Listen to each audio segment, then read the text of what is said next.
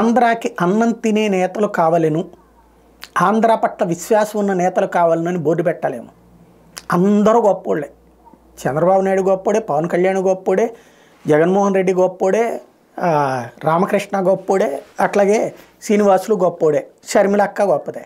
కానీ ఆంధ్ర ప్రయోజనాల గురించి తెలంగాణలో అంత పెద్ద చర్చ జరుగుతుంటే అసెంబ్లీలో ఒక్కడంటే ఒక్కడు మాట్లాడు. ఇక్కడ ఎవరికోళ్ళు అందరూ జగన్మోహన్ రెడ్డి జలాలన్నీ వదిలేశాడు తెలంగాణకని ఇక్కడ ఉపన్యాసాలు ఇస్తారు ప్రతిపక్షాలని. ఆంధ్రానే నీళ్ళన్నీ పట్టుకుపోతుందని అసెంబ్లీలో గంటల కొద్ది ఉపన్యాసాలు ఇచ్చింది కాంగ్రెస్ పార్టీ. షర్మిలక్క నోరు మెదపదు.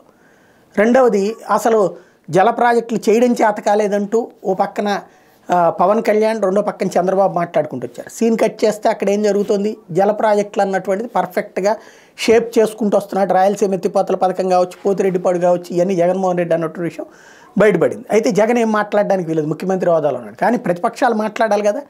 ఆంధ్ర దోచుకోవడం ఏంటి, ఆంధ్రానే దోచుకున్నాడు కేసీఆర్ అన్న, లేదా జగన్మోహన్ రెడ్డి అని మాట్లాడాలి కదా. మేము మా చట్టబద్ధమైన హక్కులే తీసుకున్నామని ఇటు వైఎస్ఆర్ కాంగ్రెస్ పార్టీ వాళ్ళు మాట్లాడారు కదా, వాళ్ళు మాట్లాడలేదు.